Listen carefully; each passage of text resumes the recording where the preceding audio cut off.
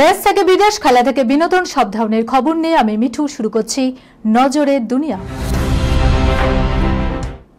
7.1 মাত্রায় তীব্র ভূমিকম্পে কেঁপে উঠল রাশিয়া, জারি শুনানি সতর্কতা। জোরালো ভূমিকম্প রাশিয়ায়। 7.1 মাত্রার বিরাট এই ভূমিকম্পের উৎপত্তিস্থল রাশিয়ার পূর্বক্ষেত্র পেট্রোপাভলোভস্ক কামচটকা পেনিনসুলা। ঘটনার পর জারি করা হয়েছে শুনানি সতর্কতা। এদিকে মার্কিন জিওলজিক্যাল সার্ভে জানিয়েছে ভূমিকম্পের মাত্রা ছিল 7.4। ওই অঞ্চলে শুনানি সতর্কতা জারি করা রয়েছে, তবে এখনো পর্যন্ত কোনো ক্ষয়ক্ষতির কথা জানা যায়নি। এদিকে কামচটকার দক্ষিণ পশ্চিমে অবস্থিত জাপানে কোনো শুনানি সতর্কতা জারি করা হয়নি। গোটা পরিস্থিতির দিকে নজর রাখা হচ্ছে। Sunirnoy imaging centre private limited advance প্যাথোলজিতে thalassaemia screening, large size biopsy setup সহ সমস্ত পরীক্ষা, echocardiography, fetal echocardiography, CT scan, CT guided FNAC, 4D USG, USG guided FNAC, endoscopy, colonoscopy, uroflowmetry, spirometry, colour Doppler, digital X-ray, তাছাড়াও সমস্ত বিশেষজ্ঞ চিকিৎসকদের পরিষেবা একই ছাদের তলায় নিয়ে হাজির সুনির্ণয়। ঠিকানা 126/1 পিলখানা রোড, রানীবাগান, বহরমপুর, মুর্শিদাবাদ।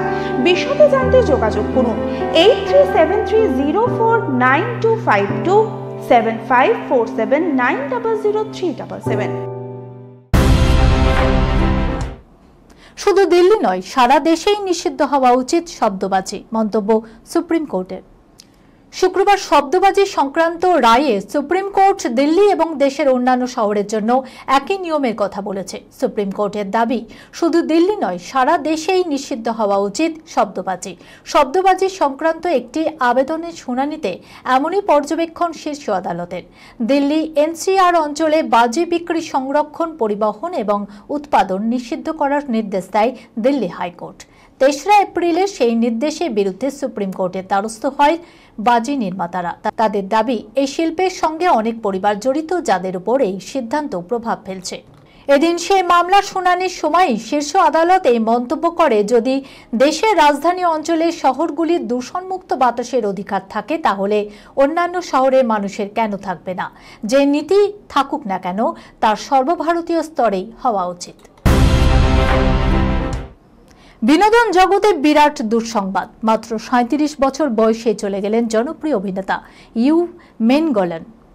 মাত্র 37 বছরে চলে গেলেন জনপ্রিয় অভিনেতা ইউ মেনগলেন। ইস্টার্ন ফ্যান্টাসিতে eternal love, go princess go এবং লাভ গেমের মতো অনুষ্ঠানের জন্য সর্বাধিক পরিচিত চীনা অভিনেতা ইউ মেনগলেন একটি বাড়ি থেকে পড়ে মৃত্যু হয় তার। অভিনেতার আকস্মিক মৃত্যুর খবরটি প্রথমে একজন পাপারাজ্জি শেয়ার করেছিলেন, যদিও তিনি পরে সেটি মুছে ফেলেছেন। তিনি জানান, ইউ তার এক বন্ধুর বাড়িতে 5 থেকে 6 জন বন্ধুর সঙ্গে খাবার খাচ্ছিলেন। বৃহস্পতিবার ভোর রাত 2টোর দিকে ইউ তার শোবার ঘরে ঘুমোতে যান এবং দরজা ভেতর থেকে বন্ধ করে দেন।